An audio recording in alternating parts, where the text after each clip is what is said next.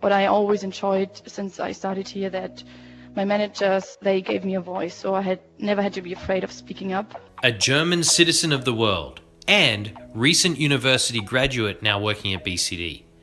This week, we talk with Barbara about how finding a purpose in your role will quench the thirst for finding value in your work. We often speak about products or services, but I think in the end, it doesn't matter if it's a product or service. It all comes about providing value and solve problems. I'm Chika Eloy, and this is a conversation designed for BCD people with BCD people. On this show, we're running through the diverse cultures of talent at BCD Travel, and we're showcasing our most confident self-colleagues. So come on, let's go have some fun as we explore the different functions, spaces, faces, and the complexities across our world of BCD.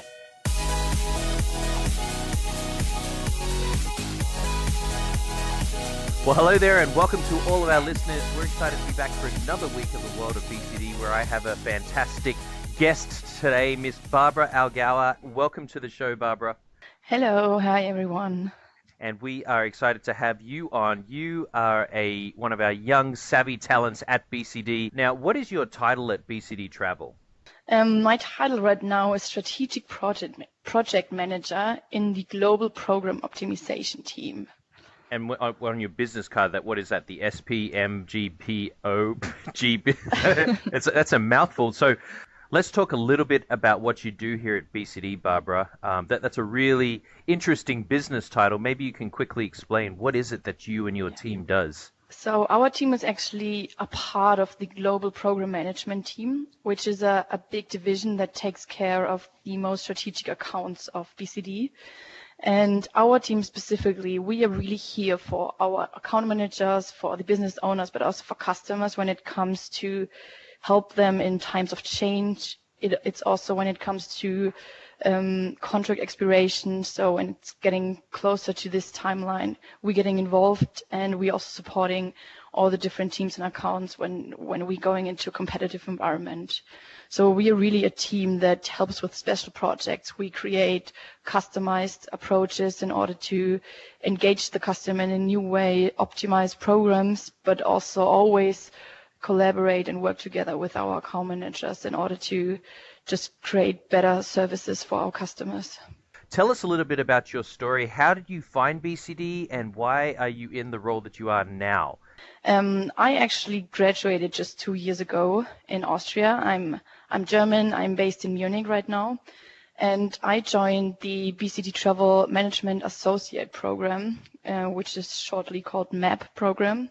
We actually went through this immersion training, which was a global journey in 8 countries. It's really about, I think, the global travel industry. It's a really complex industry. And I studied entrepreneurship and tourism, and I didn't realize, even though as a tourism student, how complex the corporate travel industry is. So the program is really focused around giving graduates like us insights into this industry and get to know all the different players. So if I was a BCD listener right now, and I wanted to get on this program, when do they take applications for the MAP program?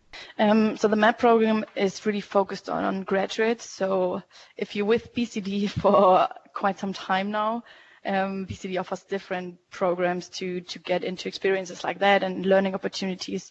And thank you for the plug for the award-winning European Excellence Award, the #1 management associate program in all of Europe in 2017, all the way up. And maybe you can paint for us a quick verbal description of your organization. Who do you report to? Who do they go to? All the way up. I'm actually, my manager is Miranda Robson.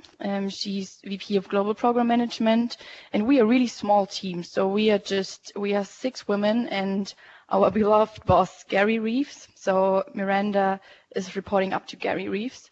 And Gary Reeves is directly reporting up to Kathy Jackson. Great, and so that really paints a bigger picture now. And you mainly focused over EMEA, the UK. Is this the world? Where do you work? We are a truly global team. So in our portfolio, we have a bit over 50 accounts right now. But as I am based in Europe, I'm often supporting accounts that Miranda is working with. So we often work with accounts in EMEA, but that doesn't mean that we're not working with other accounts that are also based in or headquartered in the US. And for someone, Barbara, like myself, that doesn't actually live the world of account management, can you give us a quick example of what program optimization does? Like, pretend client A needs this, then you step in here, or just show us maybe the intricacies of how it actually works within your team and work.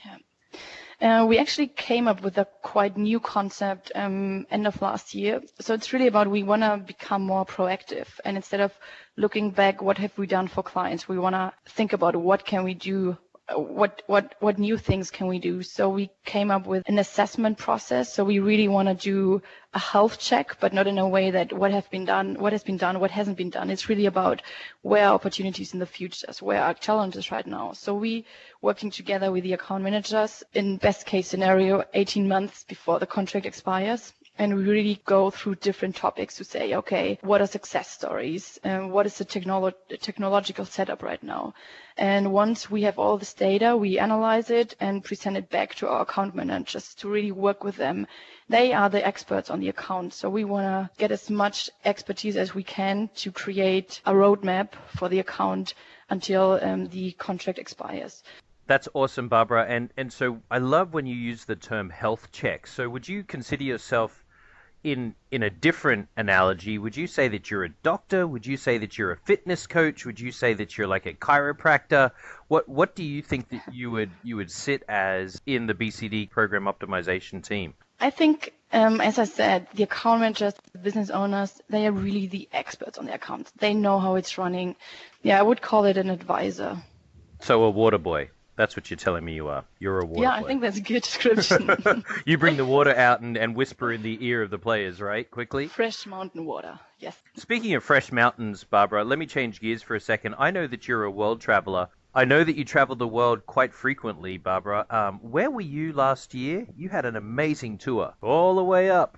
Yeah, actually last year I went to Central Asia and I did a road trip through Tajikistan and Kyrgyzstan. And yeah, it's just as you said, Chika, I grew up in a really small village. So I grew up in the, as you picture, Bavaria with like rather more cows than people in a village.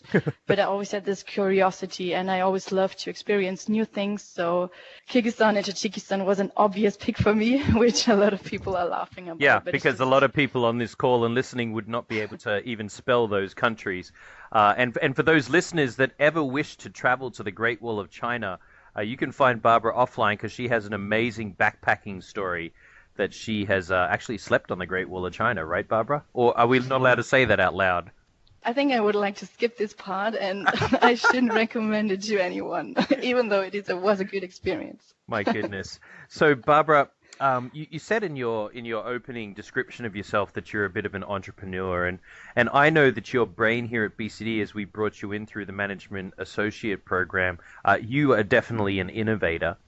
So when you think of the word innovation, which is one of John's key words for 2018, what do you think BCD needs to keep doing well on the innovation front? When I came into this industry, I was really surprised how many legacy systems we are working with. We should keep up this mindset to be flexible, to change, and embrace change as well. So I think we should continue working with the known and our systems, but I think it's really important to be open to new things, bring in people that challenge the status quo, even it might seem that it's not doable, but I think in the end we should invest in long-term wins and not just go for short-term opportunities and not just hold to the past. You bring up a really good point that long-term gain is better than short-term pain by thinking short-term. What do you think that we as a company, we as an industry need to do to stay relevant in such a changing marketplace? I think in an industry like that, and also there's so many new players coming up, and I think in the end it all comes down to we want to solve problems. We often speak about products or services, but I think in the end it doesn't matter if it's a product or service. It all comes about providing value and solve problems. A trip has so many different areas that we can provide value and just make a journey better for customers. Potential areas could really be how to make the trip even more seamless. How can we bring also solutions from different areas in our life into the corporate travel industry, like mobile payment. How can we make it a seamless trip to just pay with our phone and don't worry about all the expense management anymore? And it all comes, I think, in the end to data. I think we should really think about our data strategies. How do we analyze it? And then how do we use it to make the best predictions, give recommendations, to provide value and services? Thank you, Barbara. As one of the next generation here at this company, there's a lot of talk about, labels. This generation likes this generation likes that. Maybe you can talk to us. I mean, should I be worried that in 2 years you're going to jump away from the company? Is that really the true mindset of your generation? What does your generation want from its management? It really depends on the people. I think if we speak about our generation, we don't want to be kind of called as the millennials, or I think it's all about the mindset. If I speak from my perspective, I would like to add value. I want to create something and not just sit in the office for my hours that I have to work and then go home and then start life. I think for me it's less a work-life balance. I mean, our work is a part of our life. So I think it's really about how are you engaged also in your work? Where do you see purpose? And that doesn't mean that it has to serve a high purpose, but it's really about where do you see your own purpose in creating value? And I think if I think about how I want to be seen in the company or how I want to kind of contribute to the company, I just want to share my ideas. I want to give my best that I can. And I think it's really about having a voice. What I always enjoyed since I started here, that my managers, they gave me a voice, so I had never had to be afraid of speaking up. I think that's really important to keep everyone engaged and giving them a voice. That's a really strong statement there. Thank you, Barbara. And it's very exciting to know that you're part of such an organization that gives you the ability to speak up when you have ideas. Thank you for sharing that. Thanks a lot, Chica. Are you ready for the famous speed round where I give you 5 rapid questions and you just answer as quickly as possible when they come at you? Ready as I can. Let's see. All right. Question number 1. Do you prefer texting or talking? Talking. Wow, that surprised me. Question number 2. What is your favorite day of the week? I like Saturdays a lot.